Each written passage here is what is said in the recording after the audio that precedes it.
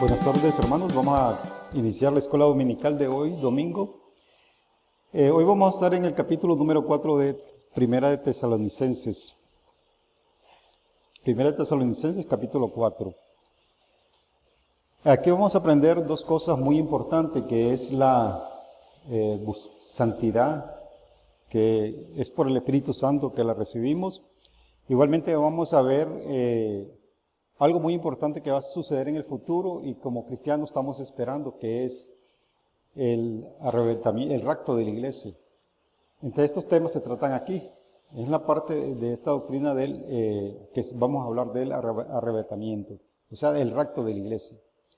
El título de la lección, hermanos, si lo vemos ahí en hojitas, es Andando en honestidad. Andando en honestidad.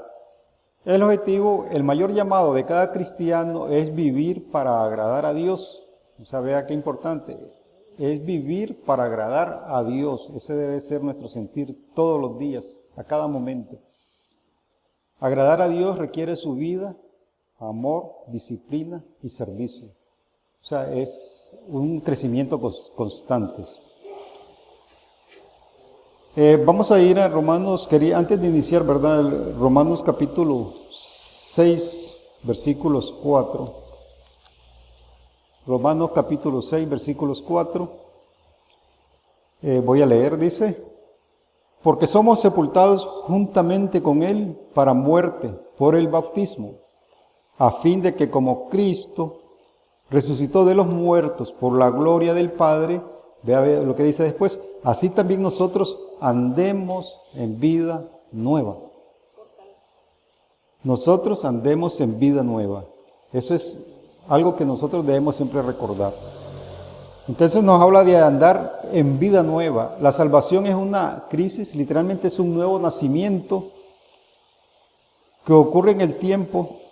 Es un momento en que nos arrepentimos de nuestros pecados y ponemos nuestra fe en Jesús.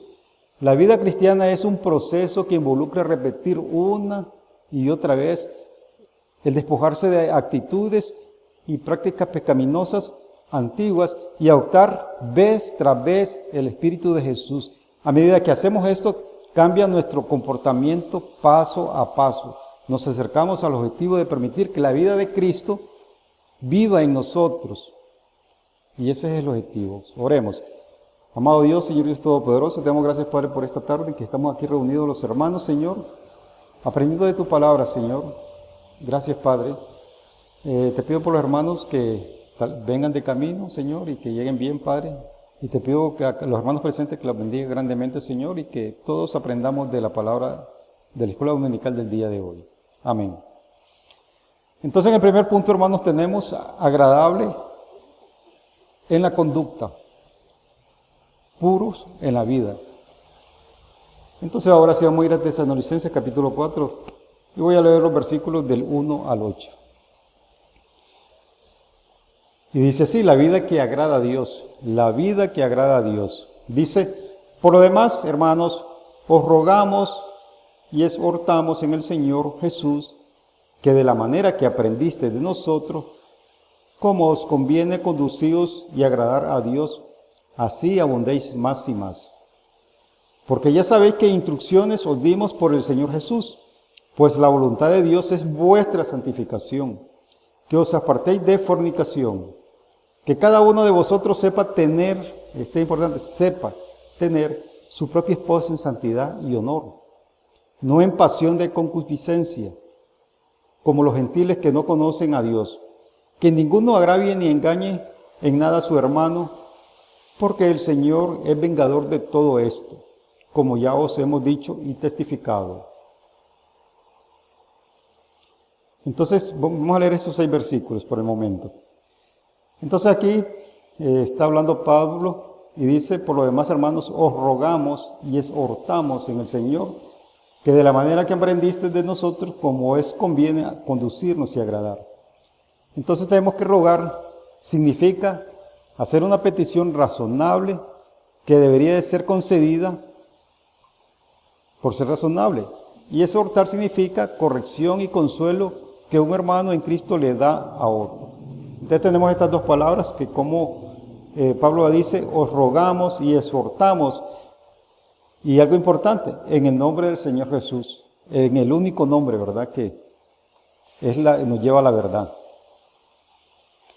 Entonces vemos que ambos términos sugieren una fuerte motivación. Algo muy importante es que Pablo no está expresando estos versículos como una solicitud que debe ser considerada, sino como un mandato que tiene que obedecerse. Es una clase de blasfemia considerar que los mandamientos, claro, de la palabra de Dios, digamos, los consideramos como meras sugerencias en las que deberíamos de pensar y luego implementar si son valiosas. Esta manera de pensar pone a la gente al mismo nivel de Dios. Si Dios lo ha dicho, nosotros debemos de hacerlo sin quejarnos ni hacer preguntas. O sea, cuando Dios nos habla en las Escrituras, es a obedecer. No vamos a considerar si esto me sirve o no me sirve. Sencillamente obedecer. Nosotros no podemos ocupar el lugar de Dios. Si Dios dio los mandamientos, tenemos que obedecerlos. O sea, todas las Escrituras nos dicen qué debemos hacer, cómo debemos de hacerlo. Y no cuestionarlo. Porque al final es para nuestro beneficio.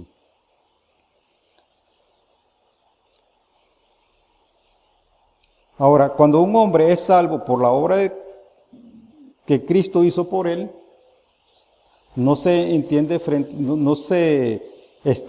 a él como un asunto sobre el que puede decir libremente si servirá a Dios o no. Él ha sido comprado por precio. Nosotros hemos sido comprados por precio.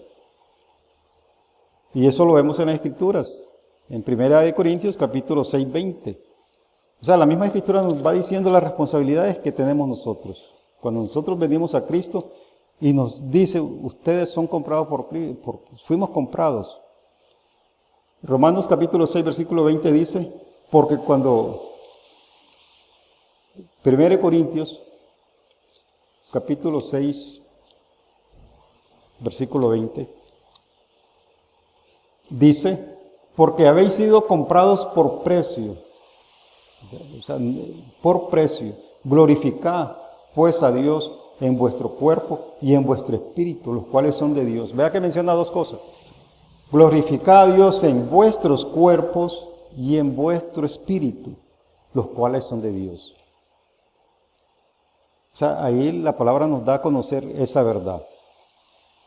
Ok, ahora sí, vamos a ver los versículos del 3 al 6. ¿De qué está hablando? Versículos en Tesalonicenses capítulo 4, versículos del 3 al 6. Que es importante. Dice, pues la voluntad de Dios es vuestra santificación. Esa es la voluntad de Dios, que nosotros seamos santificados. Debemos de darle mucha importancia a esta palabra. Dice, la voluntad primero de Dios, dice, es que nosotros debemos de ser, es vuestra santificación. ¿Qué os apartáis de fornicación? Que cada uno de vosotros sepa tener su propia esposa en santidad y honor, no en pasión de concupiscencia, como los gentiles que no conocen a Dios, que ninguno agravie ni engañe en nada a su hermano. Vamos a leer el versículo 6 así, nada más una parte. Entonces la orden aquí ya nos habla de la orden de ser sexualmente puro. Pablo dio estas instrucciones a una cultura romana del primer siglo que estaban marcadas por la inmoralidad sexual. En esta época en que en el imperio romano la castidad y la pureza sexual eran virtudes casi desconocidas. Sin embargo, los cristianos debían tomar sus estándares de moralidad sexual de Dios y no de la cultura. Y siempre va a ser así. La moralidad que está en la Escritura es la que nosotros debemos de aplicar. Nosotros no debemos de ir a fijarnos en el mundo ahora cómo se está moviendo, Bueno, todos sabemos lo que se habla ahora de la ideología del género. Sabemos que son actos inmorales. Por más que quieran, inclusive hay leyes y países han adoptado leyes donde permiten esta inmoralidad de la ideología del género, pero eso es perversión. Por lo tanto, nosotros siempre, nuestra referencia va a ser la palabra de Dios. O sea, nuestro estandarte de moralidad debe estar de la palabra de Dios. O sea, es donde nosotros nos vamos a centrar. Pablo dejó bastante claro cuál era la voluntad de Dios para el cristiano. La idea detrás de santificación es ser apartado, y Dios quiere que seamos apartados de una cultura impía y su inmoralidad sexual. Entonces nosotros, cada uno de nosotros, hermanos, nosotros debemos de entender eso. Nosotros somos apartados para Dios, para el servicio de Dios. Nuestras vidas es para servir a Dios. Entonces dice que os apartéis de fornicación. La palabra griega antigua traducida como fornicación es porneia. Es una palabra amplia que se refiere a cualquier relación sexual fuera de la alianza matrimonial. Fornicación, todo tipo de relación inmoral, todo tipo de pecados sexuales entre hombre y mujer. Dios otorga libertad sexual en la revelación desde matrimonio, porque Dios, desde el inicio, en Génesis, ya no se habla, ¿verdad?, de que el matrimonio entre dos personas, un hombre y una mujer. O sea, siempre Dios ha tenido el matrimonio, realmente es la base de la sociedad. En el matrimonio, digamos, es donde se va a ver, digamos, la sociedad va a crecer. Ahora, depende cómo ande la sociedad, así va a ser la sociedad. Si la sociedad está, sus vidas las van a tener, en cuanto a, digamos, van a aplicar la palabra de Dios, el mundo, la sociedad va a ser bien, va a ser perfecto. Pero si la sociedad se desvía y busca sus propias ideologías, busca sus propios mandamientos de hombre, va a fracasar. Y es lo que estamos viendo, y realmente siempre ha sido así. Vamos a ir a Hebreos capítulo 13, versículo 4. Honroso sea en todos el matrimonio y el hecho sin mancilla, pero a los fornicarios y a los adúlteros los juzgará Dios. O sea, vea cómo Dios dice los beneficios en el matrimonio. Cuando es honroso, sea en todos los matrimonios y el hecho sin mancilla. Lo que haga lo contrario, dice que Dios los va a juzgar, o sea, va a haber una consecuencia. Entonces es la importancia de que comienza a hablar, dice que la voluntad de Dios es que nosotros tengamos santidad. Vivimos diferentes del mundo cuando mantenemos nuestro cuerpo en santidad y honor. La inmoralidad es lo contrario del honor, porque denigra y corrompe al hombre y la mujer que no refrenan sus deseos sexuales. Que cada uno de nosotros sepa implica que la orden dada aplica para cada individuo de la iglesia. O sea, todos tenemos esa responsabilidad. Y qué interesante, ¿verdad? Dice sepa, o sea, ahí sepa. Esta parte de ahí de Tesalonicenses, este versículo que dice que cada uno de vosotros sepa tener su propia esposa en santidad y honor. ¿Cómo? Por ejemplo, ahí es donde entra lo que le llamamos fidelidad. La fidelidad en una pareja, en un matrimonio. ¿Por qué? Porque eso es una unión, digamos, la fidelidad es algo mágico, a veces yo lo pienso así, la fidelidad es algo mágico que protege al matrimonio. Si esa fidelidad se rompe, adiós matrimonio, se acabó. ¿Por qué? Porque cuando un hombre o una mujer es infiel, quiere decir que no ama a la persona. Sabemos que con una infidelidad puede venir una enfermedad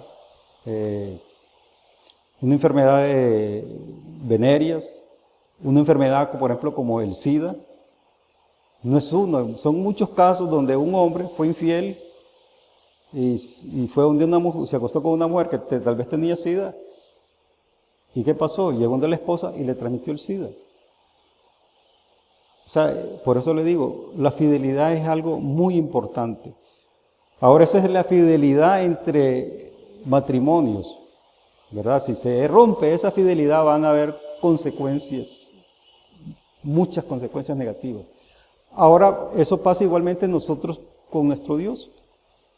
Si nosotros somos infieles a Dios, van a haber muchas consecuencias negativas igualmente. O sea, vemos cómo todo va relacionado. Ahora, siguiendo la lectura, dice que ninguno agrave ni engañe en nada a su hermano.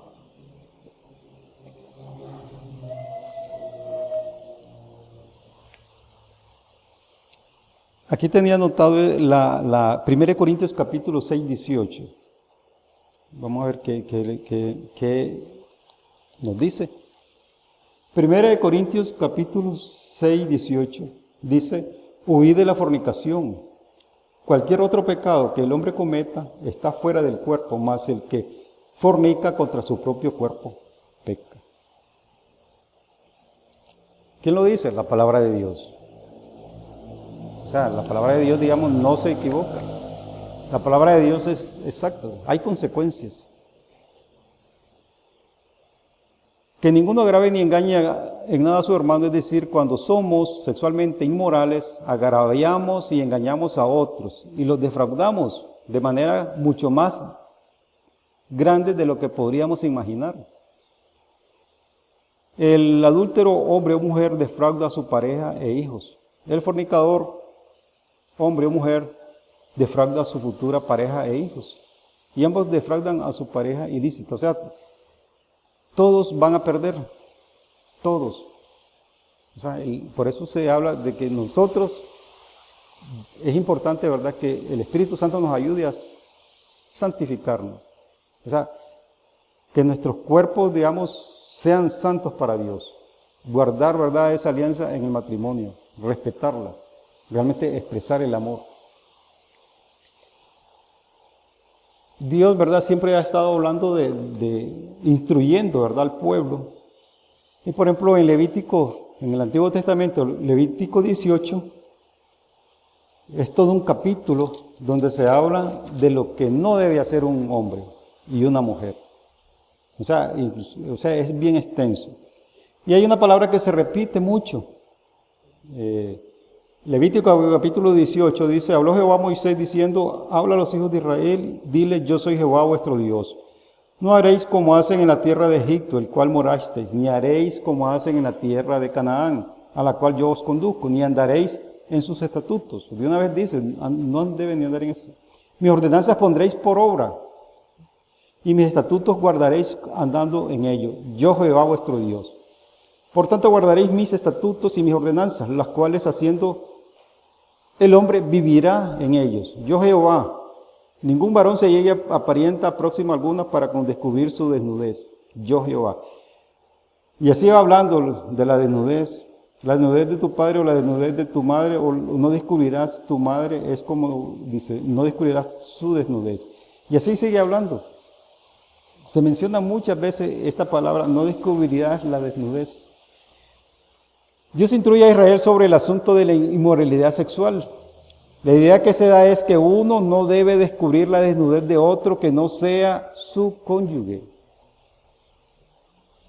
La idea es que la desnudez de un individuo pertenece a su esposo o esposa y a nadie más. Y es una violación a la ley de Dios entregar esa desnudez a alguien más o que alguien más la tome.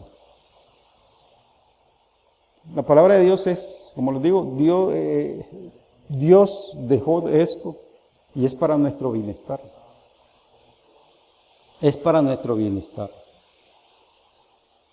Vamos a continuar en 1 Tesalonicenses, vamos a ver los versículos del 6 al 8. Con el 6 había leído una parte, ahora voy a iniciar, digamos, la mitad del versículo 6. Dice, porque el Señor es vengador de todo esto, como ya os hemos dicho y testificado.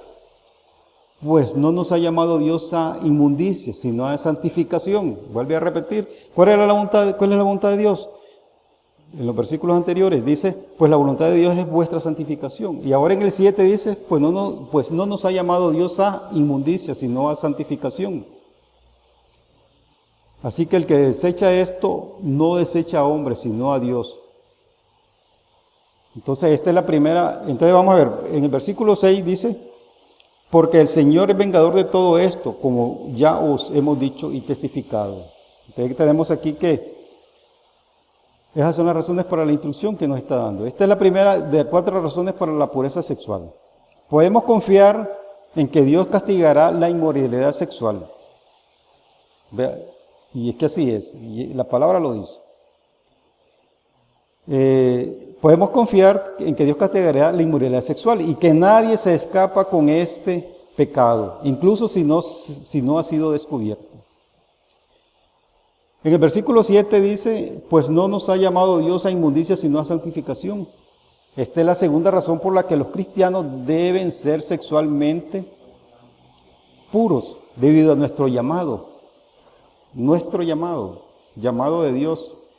Dice, pues no nos ha llamado Dios a inmundicia, sino a santificación. Esta es la segunda razón. Ese llamado no es a inmundicia, sino a santificación.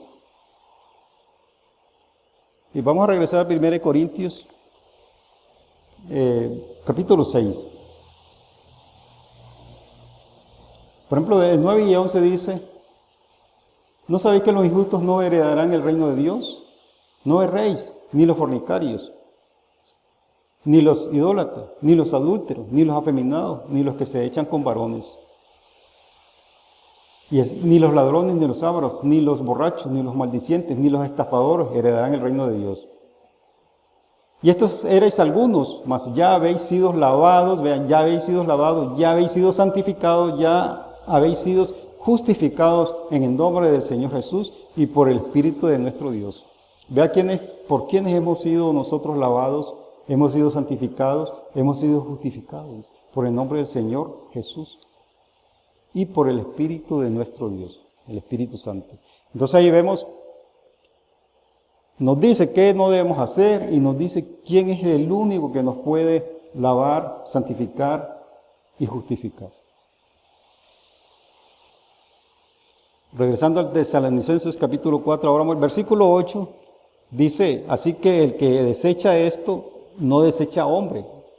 O sea, esas instrucciones, si no las acatamos, no estamos desechando a hombre, estamos desechando a Dios. Repito, así que el que desecha esto, no desecha a hombre, sino a Dios. La tercera razón para la pureza sexual es que rechazar el llamado de Dios a la pureza sexual no es desechar al hombre, sino a Dios mismo. A pesar de la insignificante manera en que racionalizamos la inmoralidad sexual, seguimos rechazando a Dios cuando pecamos de esta manera.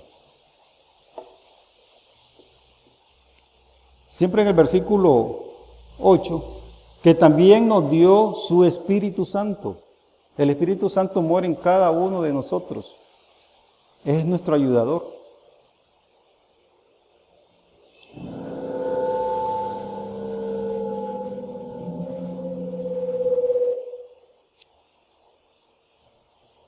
Que también nos dio su Espíritu Santo. Esta es la cuarta de las razones para tener pureza sexual, que se nos da en este pasaje. Se nos ha dado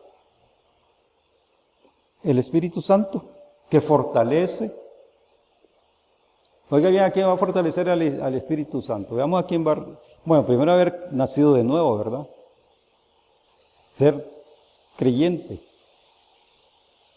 Y estar dispuesto y confiado, o sea, debemos de estar dispuestos y confiados en que el Espíritu Santo nos va a ayudar para vencer el pecado sexual. Con su Espíritu Santo Dios nos ha dado los recursos para la victoria, somos responsables de usar esos recursos. O sea, la Biblia nos dice que el Espíritu Santo muere en nosotros. Ahora está en nosotros y estamos dispuestos a oírlos, porque la palabra de Dios, como el Espíritu Santo habla por la palabra de Dios. Ahora, ¿qué es lo que vamos a aprender? Lo que el Espíritu Santo nos recuerda en la palabra de Dios. El punto número 2 es obediente en el amor, honesto en el trabajo. 1 Tesalonicenses capítulo 4, versículos 9 al 12. Pero acerca del amor fraternal no tenéis necesidad de que os escriba, porque vosotros mismos habéis aprendido de Dios que os améis unos a otros. Y también lo hacéis así con todos los hermanos que están por toda Macedonia. Pero os rogamos, hermanos, que abundéis en ello más y más, y que procuréis tener tranquilidad y ocuparos en vuestros negocios, y trabajar con vuestros hermanos de la manera que os hemos mandado, a fin de que os conduzcáis honradamente para con los de afuera y no tengáis necesidad de nada. Realmente es el amor, el primer ejemplo de amor viene de nuestro Dios. Ciertamente el amor es un don espiritual impartido a todo creyente. Y es que a la Escritura no se le escapa nada.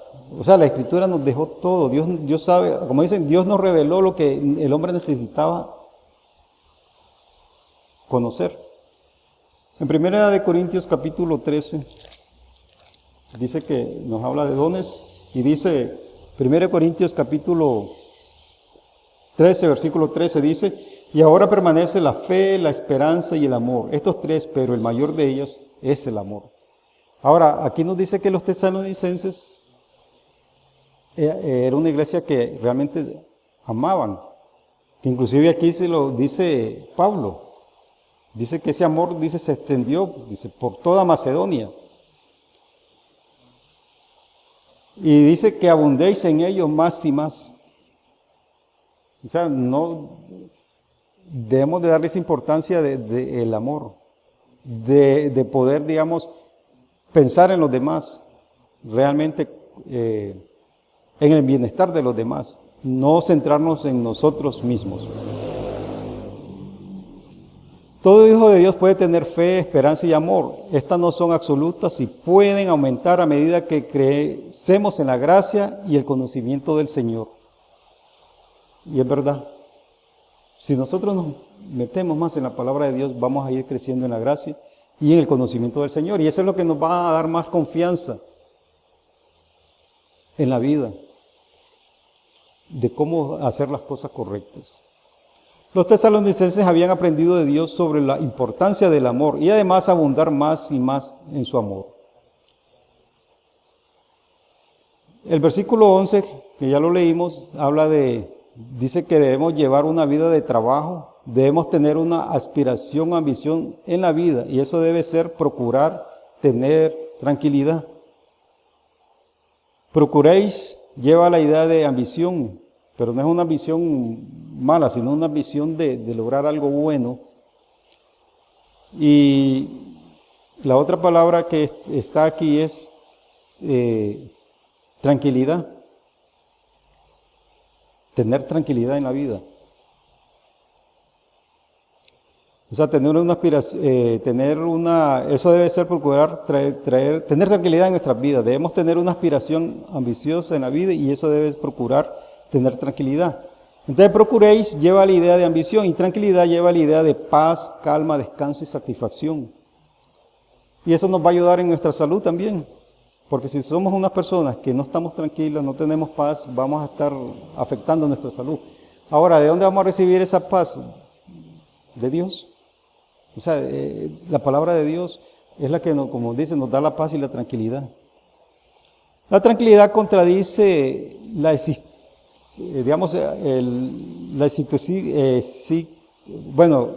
atracción. Bueno, ahora hay muchos lugares de entretenimiento, ¿verdad? Que van a veces apartarnos de estar enfocado en la palabra de Dios. Hay mucha distracción realmente hoy en día.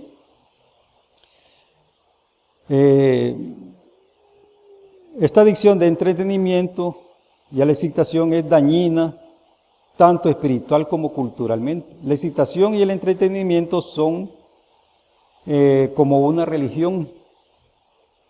Para muchas personas hoy en día, no estoy diciendo para todas, ¿verdad? Para muchas personas hoy en día ni se dan cuenta. O sea, para ellos es común, digamos, ir a coger una rutina todo el tiempo de ir, por ejemplo, a un partido de fútbol. Y esa es su religión. conectados tal vez en el televisor y esa es su religión. No le estoy diciendo que el deporte es malo, ¿no? Todo tiene su límite, ¿verdad? A veces sí necesitamos entretenimiento, que por ejemplo que quieran ir a la playa, pero es bueno. Pero ya muchas personas, digamos, cogen esto, pero es para, o sea, ya es una rutina, es un modo de vivendum, como dicen. Y esto lo que hace más bien es afectarnos espiritualmente. Ahora, para no dejarnos llevar por las atracciones que ofrece el mundo, debemos de concentrarnos, ¿verdad?, en la oración, recordar que hay un Dios que nos guarda y protege todos los días. No olvidar nunca nuestros estudios en la casa, la oración con la familia, la lectura de la palabra de Dios. Necesitamos vivir una vida con tranquilidad para que podamos realmente tomarnos el tiempo y poner atención para escuchar a Dios. Cuando vivimos una vida con tranquilidad podemos escuchar a Dios y llegamos a conocerlo mejor. Ocuparnos en nuestros propios negocios, el cristiano debe enfocarse en su propia vida y asunto en vez de meterse en la vida de otros. Hay una gran diferencia entre el deber cristiano de poner los intereses de otro primero y la comezón compulsiva de entrometida de querer corregir a otras personas. O sea, nosotros tenemos, no es que nos vamos a olvidar del prójimo. Si vamos a estar ocupados en nuestros propios asuntos, llevarlos bien, correctamente. Y digamos al prójimo siempre pensar en el bienestar del prójimo, que eso es lo que nos llama realmente la palabra de Dios. Pablo no se refiere a que cada individuo se ocupe de sus propios negocios de esta manera que todos vivamos apartados de los demás y no nos interesemos por otros, sino simplemente quiere corregir la trivialidad o ociosidad que hace a los hombres perturbadores de la paz, cuando deberíamos llevar una vida tranquila en casa. En Primera de Pedro, capítulo, hace alguna referencia, Primera de Pedro, capítulo 4, versículo 15, que dice que, así que ninguno de vosotros padezca como homicida, o ladrón, o malhechor, o por entremeterse en los ajenos. O sea, nosotros debemos llevar una vida y respetar, ¿verdad?, al prójimo. En Tesalonicenses, versículo 12, versículo 12 de Tesalonicenses 4 dice, a fin de que os conduzcáis honradamente para con los de afuera y no tengáis necesidad de nada. Ahí nos dice que debemos vivir una vida que sea un ejemplo. La primera parte habla de santificación. Jesús viene por segunda vez.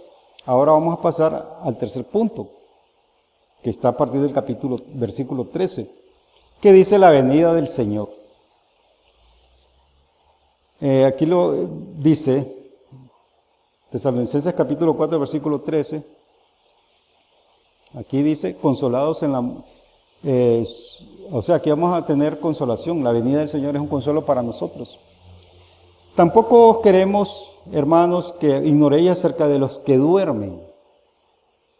Dice, tampoco queremos, hermanos, que ignoréis acerca de los que duermen, para que no os entristezcáis como los otros que no tienen esperanza. Aquí nos habla de dos tipos de personas, unos que no tienen esperanza y otros que duermen y sí tienen esperanza. Aquí la palabra duermen se refiere a la muerte del cuerpo físico. El espíritu, el alma, no muere. Lo que muere es el cuerpo. Eso, cuando se refiere duerme, el que va a dormir es el cuerpo de uno, pero el espíritu y el alma de uno no duerme, está vivo, sigue vivo. Por lo tanto, el día que vamos a resucitar, nuevamente el cuerpo que nos va a dar Cristo va a unirse otra vez al alma que siempre ha estado. Por ejemplo, en Génesis,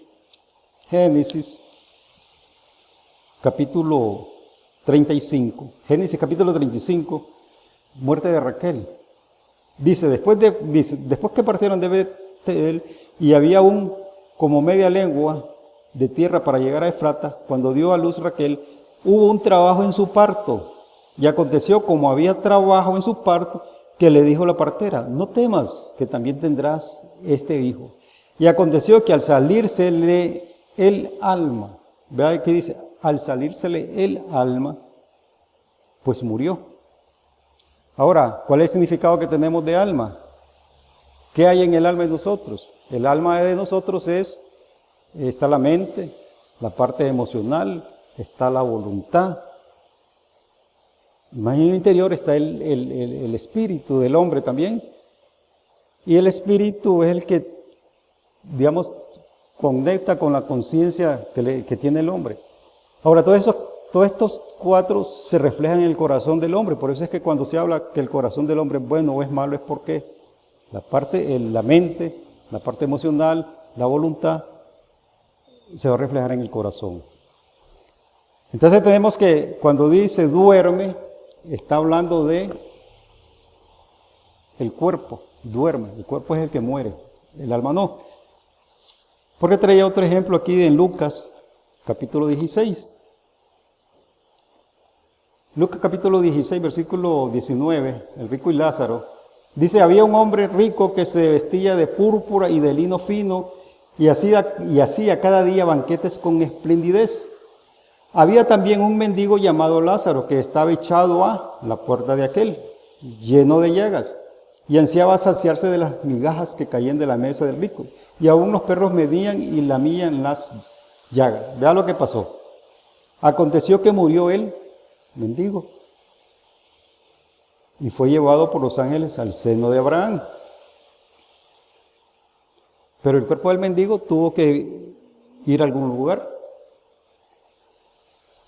Ahora después dice, y murió también el rico, murió y fue sepultado. Igual. Pero ¿qué pasó? El cuerpo del hombre está sepultado, pero su alma no ha muerto.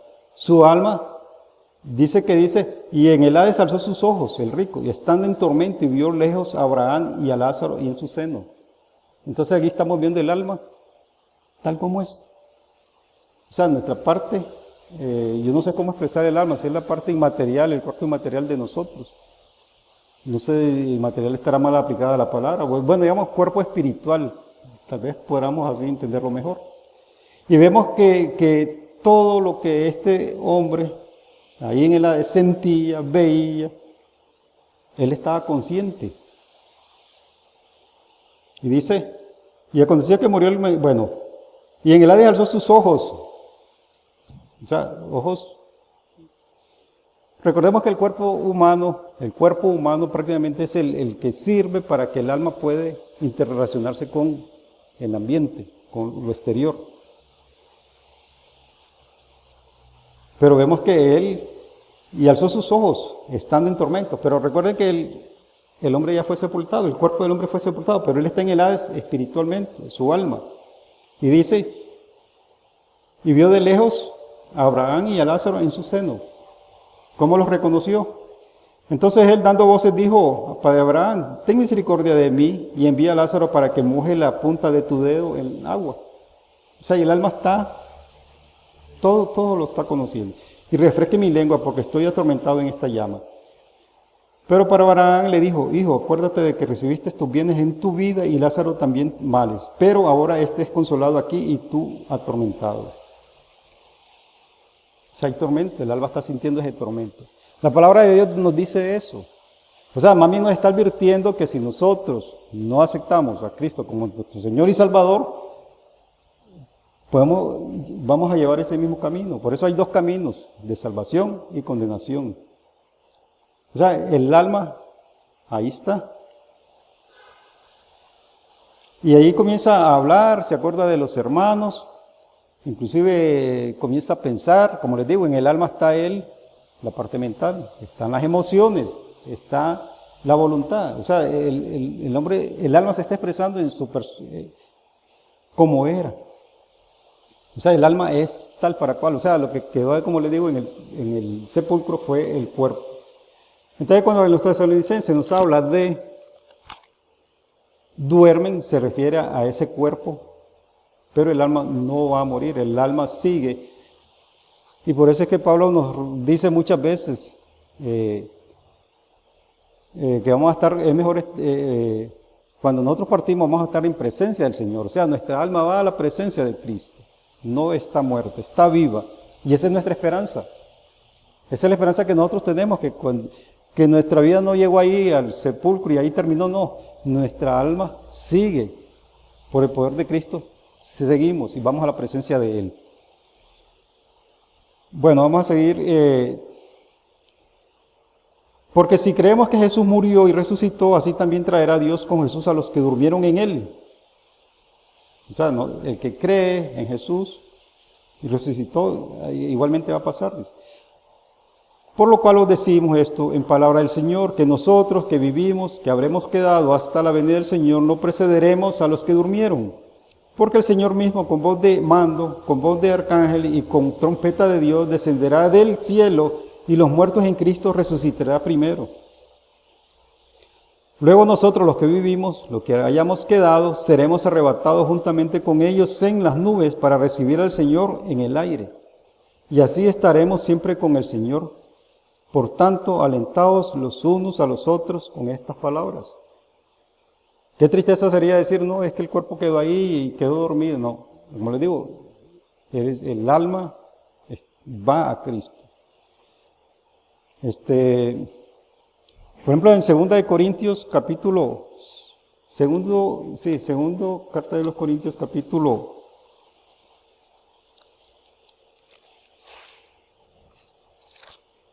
5, versículo 8 dice: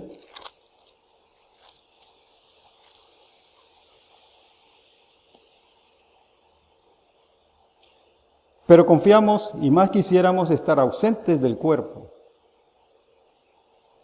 Recuerden, el rico, el mendigo, su cuerpo está sepultado. Pero confiamos y más quisiéramos estar ausentes del cuerpo y presentes al Señor. O sea, toda persona que muere en Cristo ahorita está en presencia del Señor. Ahora lo que se espera es que en el rapto, ¿verdad? Los que van a resucitar son el cuerpo. Dios va a dar un cuerpo nuevo a esa alma, glorificado. Y esa es nuestra esperanza. Ya.